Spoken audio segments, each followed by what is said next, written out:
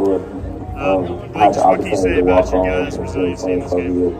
You know, they never flinched, and we talked about at halftime. They just keep swinging, keep going at it. You know, keep coming out, believing in each other, keep pulling for each other, and they did exactly that. That was a huge score right before the half, and really, like, you know, the radio guys just gave me a tough time, but I knew that gave us some momentum. And if we could get a stop coming out of the half, I knew the offense. We were driving the football in the first half, just couldn't end up with points. And I knew they would eventually pop through, and we got to stop there and turnover. Offense goes down and score. Next thing you know, it's 21-14, and our guys believe. They never flinched. They trusted each other, believed in each other, and just so proud of those young men. Come out here and showcase my talents and be able to further my education here. Thank you, University of Texas. The running the football opens up everything else we do. And London, Marlon, and Raji, all three of them stepped up tonight. That O-line, the run Raji had down the sideline, that is who we want our program to be. You've seen O-line straining, pushing the pile, and we talk about chasing the football, pursuing the football. That's exactly what that's talking about. And then he pops out of there for a big run,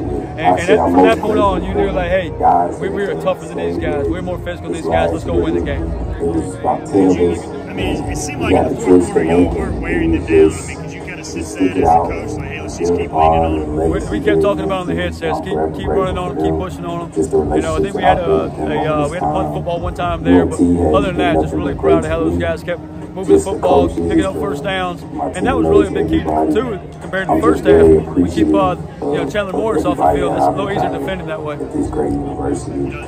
When you're down 21-0, what are you telling the guys? Did you tell them anything at halftime? You know, we just kept talking to the sideline, hey, keep their heads up, stay positive, you know, don't lose our mind, because that's easy to do. And we lost our mind a few times tonight, but we got to stick together, trusting each other, believing each other, and we'll pull through this thing, and they did. I'm sure you talked about all sorts of stuff at halftime. Getting that fumble recovery right out of the start of the third quarter, and you guys get the ball back and score. I mean, that turnover is what we needed. You know, that momentum is what we needed. You know, it'd be great to get a 3-and-out and they punt the football, but then you still got to drive the length of the field.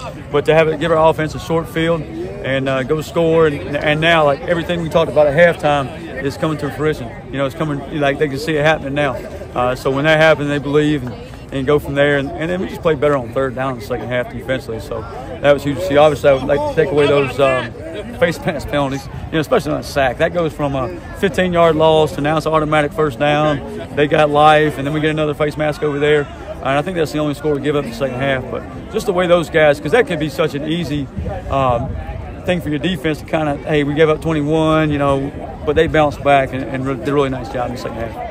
What can you do just to address the penalties going forward? Because it seems like a lot of dead ball. We just stay after their tail. You know, I think here's like, and not making excuses for any of this thing, but anytime you're going through a transition period here, you know, there's some lack of focus, a lack of attention to detail. Now, we got to do a better job of that. We can't make excuses. I got to pull the thumb. It starts with me. And they got to understand, like, those penalties are hurting ourselves. You know, we go headbutt somebody out there. We look at the other sideline and talk to them.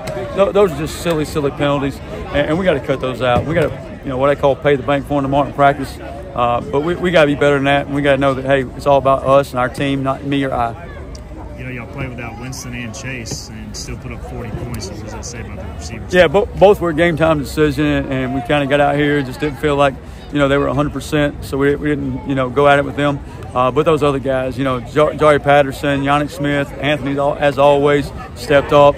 You know, it was really good to have Casey Kelly back and just see him back out there in the field playing football in a Pirate uniform.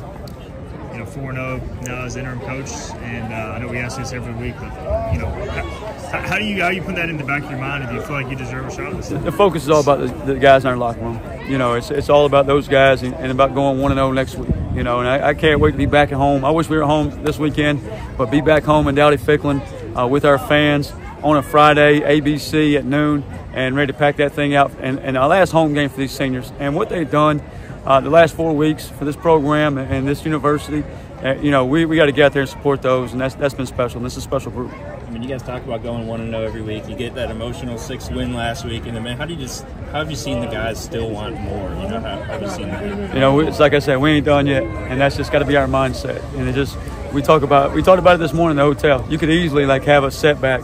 Hey, we got the win number 6. We're satisfied. We're not hungry anymore, but we got to stay hungry, and we got to keep playing for each other, keep playing for these seniors. And you know, if I pull Tay and Raji aside this morning and say, hey, you know, if it comes from me, that's one thing. But you guys, I'm gonna leave y'all alone. Y'all grab them and make sure they understand the importance of this game.